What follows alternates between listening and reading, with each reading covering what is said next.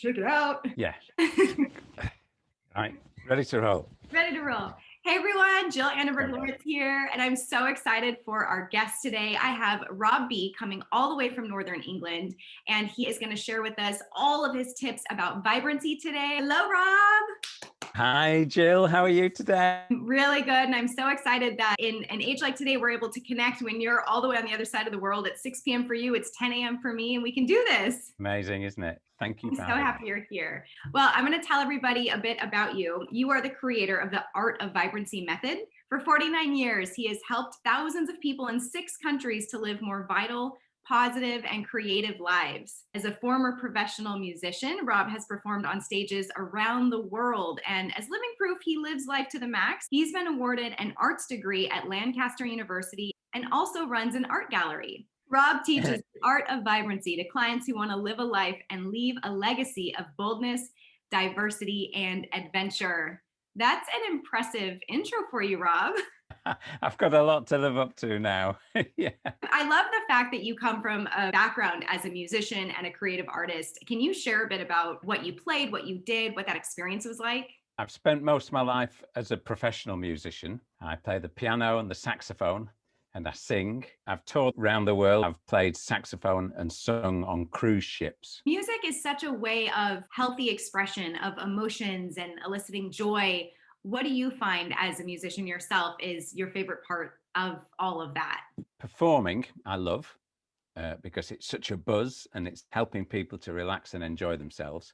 But when I'm sat on my own playing, I get completely lost in it and time goes. If I make a cup of tea and start playing the piano, I'll pick up the cup of tea to have a sip and it's stone cold because time just goes. It relaxes me. And like you say, it's a great expression. It's one of those things where you just lose yourself. That's what I always tell clients is find something that is spiritual, and everyone thinks like, oh, I have to sit and meditate. And it's like, no, there's so many things that we can do that lose track of time that fill you up so much more than like a sleeve of cookies or a bag of chips ever could. Absolutely, yeah. You went back to school at age 50, which I think is amazing. I'm all about higher education, and there's no time that's too late to go back. You studied the philosophy of happiness, which I think, especially right now, is really important.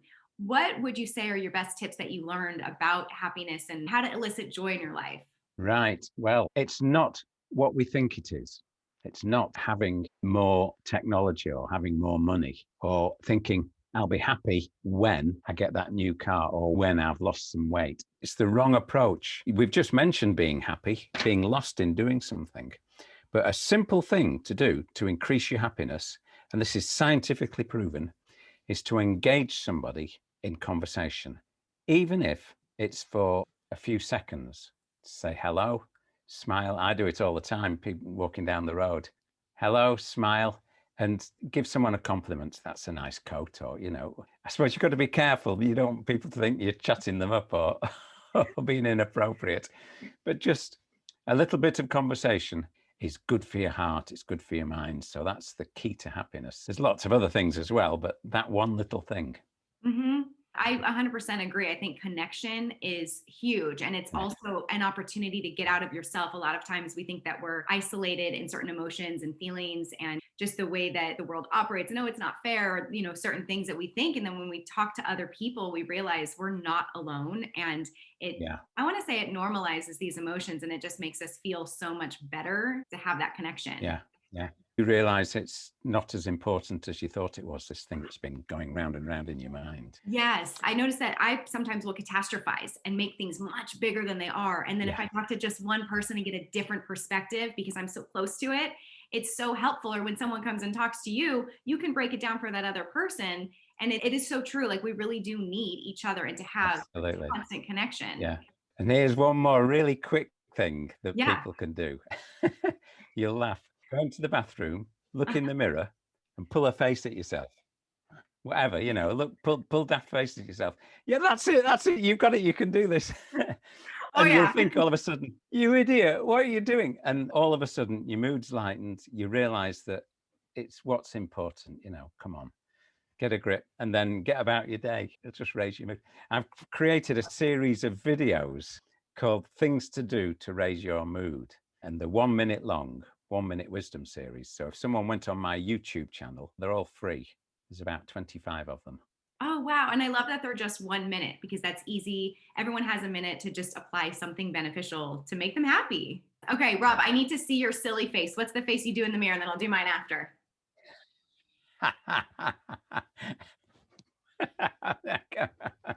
I can do much worse ones than that. Here's one of my favorites. Or I like doing this one. Oh, that's a good one. And then there's this one. Or this one. But see how you and I are even laughing right now. Like, it definitely raises the mood because it's so ridiculous that it's the best. I used to make silly faces as a kid and my parents would get so mad, but I don't think I ever posed in a nice photo making a smile. Like, even my license picture, I have 2 pigtails and I'm going. Yeah, brilliant. You're a comedian in the making. Yeah. Yeah. My granddaughter's just the same. Oh, As her soon and I as the would get camera's along. out, she's pulling faces. Oh, it's so fun. I love that. I love that you Brilliant. have this background in music and then you went back to school for the philosophy of happiness. And then where did this health journey start? Because you are a very healthy man. I've always taken an interest in it. And when I went to university, I started to be more interested in it. And oh, no, I'll tell you where it actually started in Tell me the the truth. 80s. This is the truth. I bought a book in 1984, Raw Energy, Okay. by Suzanne and Diane Keaton. It was all about eating raw foods and the benefits of doing that. Mm-hmm. And I started to go on a 70% raw diet. Wow. And that's where the Breakfast of Brilliance was born, which I'll talk about in a minute. I remember feeling great. Okay, so this is the perfect segue into your Breakfast of Brilliance. And I know you have an awesome download, which I've downloaded and read through, of your Breakfast of Brilliance. Can you share that with us and what you've discovered? If you go to my website, www.theartofhealth.fit, you can download it there.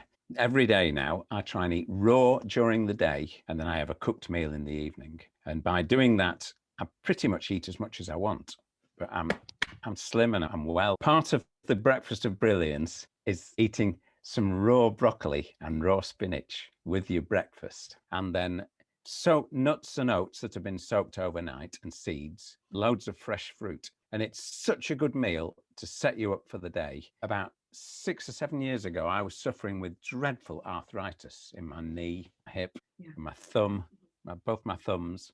Too much texting, Rob. Too much texting, yeah, texter's thumb. Yeah. Oh, okay. I do the thing where you speak into it. It's much easier. Yeah. Smart.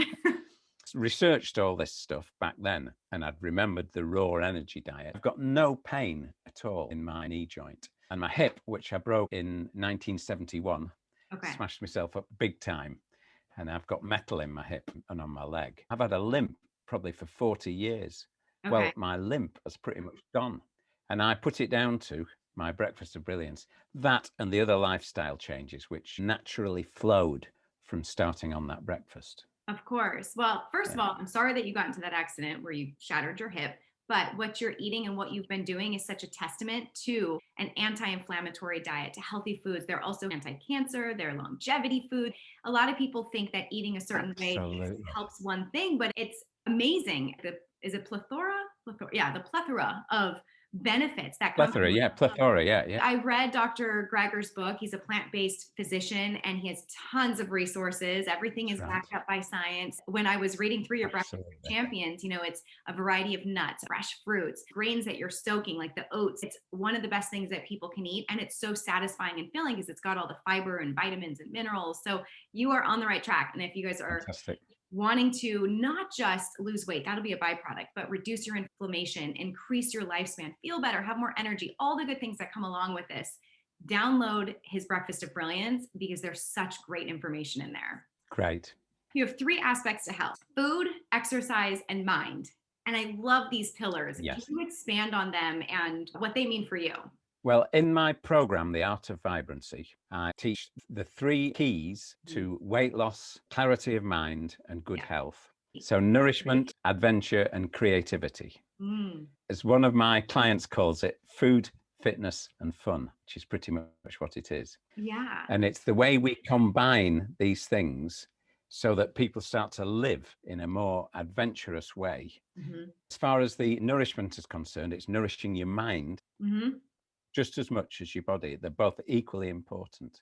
The Buddha said to, what did he say? To, What'd that guy say? I've lost it. So good. Okay, yeah, that's right. Yeah, we'll have to cut that. Yeah. Yeah. Hang on, let me just think. Take your time. One time I was introducing myself and I forgot my own title. I was like, what am I again? Oh, here we are. Go again. And the Buddha said, to keep the body in good health is a duty. Otherwise, we shall not be able to keep our mind strong and clear. And it's so true. And what I do is I like to switch those words, mind and body, around to say, to keep your mind in good health is a duty. Otherwise, we shall not keep our body strong and clear. Because you need a clear mind to have the motivation to do all the things that you need to do for a good body. You need to eat well and exercise and that kind of thing. And as far as nourishment is concerned, cut the junk out of your life. Yes. And don't go on a diet. Mhm. Diets do not work. Who do you know who's gone on a diet, they're still on it, and they say, this is great, I love this diet? Yeah, and the diets are not meant for long-term lifestyle. No. And I love that what you're prefacing is that it's something that you can do over a lifetime. That when you said before, you don't diet, you don't watch what you eat because what you're eating is all healthy foods that your body Exactly. enjoys to eat. Yeah. I aim to, and I teach to eat 80 to 90% good quality food.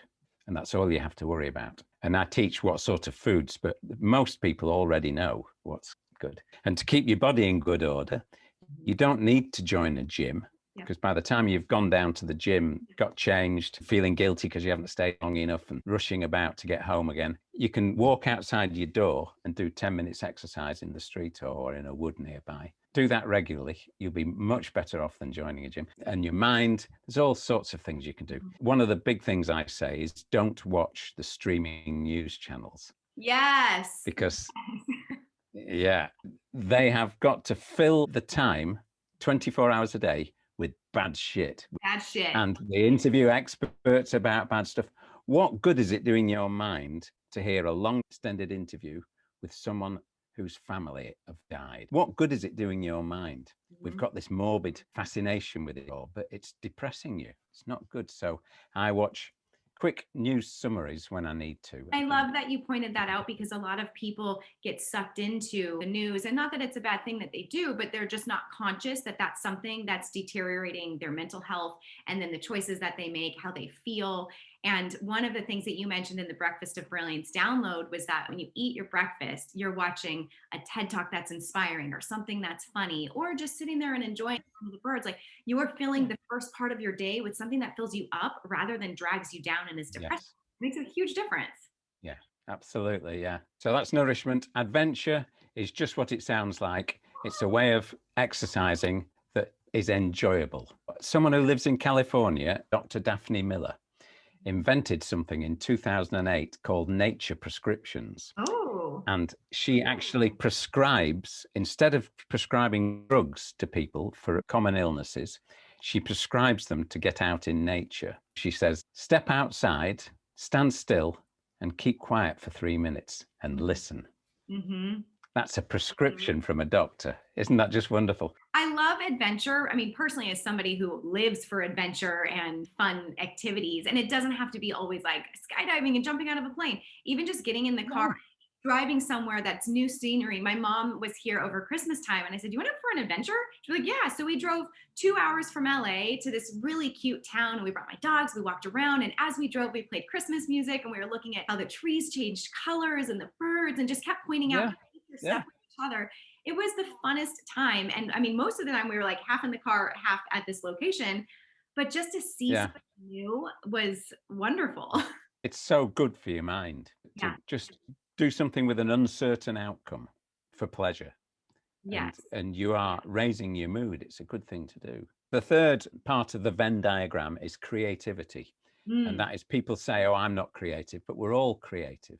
We're being creative now, having a conversation. If you've ever had a conversation with anyone, you're thinking about what to say next and formulating stuff. You're being creative. If you cook a meal, you're being creative. Yes. So there's loads of things that you can do. Projects are really good. So I combine these three things, this nourishment of mind and body, being adventuresome and having exercise outdoors, and doing creative things, projects and organizing things. And if we do this in the right way, all of a sudden your mood is lifted, your life's getting better, you're getting slimmer because you're eating the right foods. It's a win-win-win situation. What are the most important foods that you eat that act as your biggest supplements? Greens, fresh greens, cruciferous vegetables like broccoli, cabbage. This is a big one. Different coloured fruits and vegetables. You want to eat the rainbow every day if you can. People say, oh, how do I organise that? Once you're set up and doing it, I do it every evening. I soak my muesli, my breakfast of brilliance. And the next morning I add cherries, blueberries, mango, orange, strawberry, bright red, goji berries, a superfood. For lunch, have some carrot, have a red pepper, have a green pepper. So always think about colours because they're giving you the nutrients. A lot of that is in the outer layer of the vegetable, in the skin and the outer layer. So eat the whole food, not just the essence of it. When you say to eat the whole food, that's so important because a lot of people take isolated versions where it's just orange juice, or take a supplement where you can't put the whole thing into a tiny little pill. The beauty of it and the magic is that you're getting all of the fiber, all these phytonutrients, all these big words that people don't have to understand, just knowing that it all works synergistically. The question I wanted to ask you, which I know the reason why, but a lot of people are concerned about eating too much fruit because of the sugar. What do you have to say about that and to calm their nerves about eating fruit sugars? It's probably 100 times better for you than eating refined sugar. Is the main thing. If you're eating generally good whole foods, not just fruit, then your body will deal with it. I just had a date, 6 o'clock in the evening now. So I've had nothing since lunchtime. I just had a couple of cashew nuts and an almond and a date. And that's given me a bit of energy to last me through till dinner now.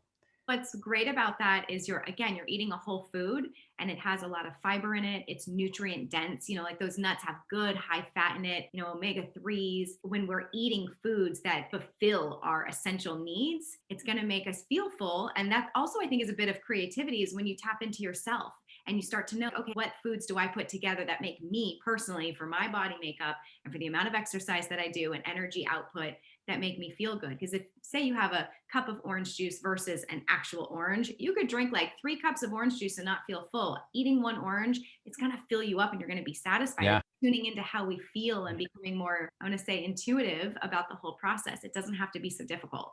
And chewing food is really important. It releases the enzymes and what have you, which gets the digestion started, which is why I don't do smoothies very much. Because smoothies, we're drinking fibrous food, which we're supposed to chew. So you're in danger of it going straight through. So I have to tell you, I am a smoothie person because I like to put so much stuff in it. But I drink it with the mindset of this phrase I heard, that we're supposed to drink our foods and eat our liquids. So like you just said, like breaking down food, release the digestive enzymes. And then when I'm drinking something that, has a lot of fiber in it, I'm chewing it basically as it's going down. And I'm very conscious of everything that I put into the smoothie, so I know what I'm getting. I think that we digest it differently when we have an observation and an appreciation of what we're eating too. I've been making green smoothies occasionally. I put flaxseed in for the omega-3, which is really, really good for you, and loads of greens and a bit of fruit for flavor. See, I love this, that you've learned what works for you and how to prep your foods and your drinks ahead of time so that it sets up your day, so that you know that little Rob is taken care of. I always say, think of yourself like the little version of you, the 5-year-old, like you're taking care of yourself and you know what you need and you're getting outside and you've healed yourself from the arthritis. I know you ride your bike all the time. You're doing so many great healthy habits. I like that. Yeah. I like that. Treat little Rob well. I'll remember that, Jill. I really like that. If you had this little version of you, would you not feed them, or would you feed them crap food or soda? No, like you would take care of this person. And then every now and again, yes, you have a treat. But like you said, you're going to eat 80 to 90% very healthy and clean. And then the other 10, 15, 20%, you enjoy your life and you have those little exceptions. But that's the key, is it's an exception. Treats. I heard a similar thing. Someone asked, if you had a racehorse that was worth $1 million, how would you treat it? How would you feed it? How would you look after it? And then, how do you look after yourself? What do you eat? What do you do? So it's a similar concept as the little Rob, but it's not quite as sweet. Yeah, but I'm an animal lover and we do have a horse. So I think about, and his name's Whiskey, how we treat Whiskey. And he is not $1 million horse, but the amount that I love him is worth that much. And we take such good care of him, taking him out and giving him love. And I talked to him during Christmas time too. I played Christmas music for him. And I swear he liked it. Lovely. Brilliant.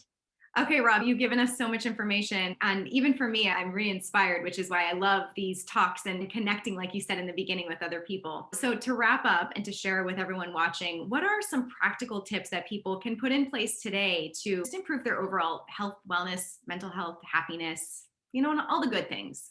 All the good things, right. Well, including pulling faces at yourself in the mirror. Yeah, that's it. Yeah. It works a treat. So a really good thing that anyone could do is to go out every morning before breakfast, step outside. Doesn't matter where you live, if you live in the city or in the country or wherever. Step outside. Doesn't matter if the neighbors are looking. Breathe. Put your arms out, arms up to the sky. Do that. Roll your shoulders, roll your neck. Breathe, feel the air. Go back indoors, and when you go back in, feel the difference in atmosphere. Be aware. It'll go quiet. It'll go warm if it's winter. So feel the difference and just be aware. And just by doing that every morning will set you up for the day. That is an amazing tip. It's short and it's something that everybody can do. Everyone can step outside. And I just think the difference between doing your suggestion versus waking up and checking your phone and going right into the sympathetic stress response in our nervous system, how much our day would drastically change just from doing that one single tip. Absolutely. Yeah. Set you up for the day. Yeah. Did you have another one? Because I don't want to cut you off if you did. Oh, right. Oh, right. Oh, sorry. I thought you just wanted one tip. Oh, no. I think however many you want to share. I'm like, give me all your tips. Right. Here's another good tip. There's a thing in psychology called hedonic adaptation. Okay. What it means is we get used to good things. So when you're getting a new phone or a new boyfriend or a new girlfriend or a new wife or a new house, you get so excited and you get the new phone and wow, it's the best thing ever, wow. Or the new wife, but then over time, it's natural and it happens to everyone. Our appreciation levels off and we're not as excited anymore. It just is. It becomes part of our life. So a beautiful thing to do, I call it reappreciating. So sit down for a minute and think of one of those beautiful things. Think of your wife or your girlfriend or your husband or whatever, and just reappreciate them. Think of your phone, get it out of your pocket and think, this is amazing. With this instrument, I can find out anything about anything in the world, or I could contact someone wherever I want in the world. It's just amazing. Appreciate it. So just reappreciating something that you have got used to and started to take for granted. It's a great thing to do. Oh, that's so nice. I mean, I'm even just thinking of a few things that come to mind immediately, but I'm also thinking, you said go outside in the morning. And one of those other things you could combine that with is while you're outside, just reappreciate your surroundings as well, because sometimes we get so used to a beautiful surrounding, or maybe it's not so pretty, but at least not in a place where we're confined, that we have all these opportunities. Every time I look in my fridge, I think, oh, thank God that I have all this food and it's healthy food and I know how to choose it. And then if I want to have a piece of cake, I know that I can have it and then come right back to my healthy food. Just that appreciation is kind of similar to a gratitude list, but it feels more direct, like less passive, that you're actually bringing it to the forefront of your mind. Yes, that's perfect, that, Jill. Yeah, I like that. Yeah. Well, I want to share my appreciation with you, Rob. I'm so happy that you're here and that you've shared so much information and that you've taken the time. I know you're very busy and I'm so grateful that you came here today. So thank you. And my appreciation for you is so big. And if I went outside and I stretched my arms, I would be spreading love all the way out to Northern England to you. Thank you. Oh, well, thank you so much, Jill. I've really enjoyed our conversation. And thank you for inviting me to do this interview with you. So, and see you soon. Okay, yes. Thank you. Last question, Rob. Just tell everybody what's your website and then on social where they can find you. Right. Website, theartofhealth.fit. Think of being fit. Think of being fit. So theartofhealth.fit. Social, I'm on Instagram, Rob B Art and Health. And on Facebook, you can look me up, Rob B, and you'll find me. Send me a friend request. And you could listen to one of my improvisations and musical things. And then there's lots of stuff about eating well and all that kind of thing. So yes, and check out his YouTube channel as well. As he mentioned, he has the 1 Minute Wisdom to Health, lots of those videos too. And what's that YouTube page? Again, it's Rob B, ROBBEE, like a bumblebee. Like a bumblebee. Well, we can all buzz away with good health after this interview. Rob, thank you again so much. I appreciate your time. Thank you, Jill. Cheers. Bye. Yeah.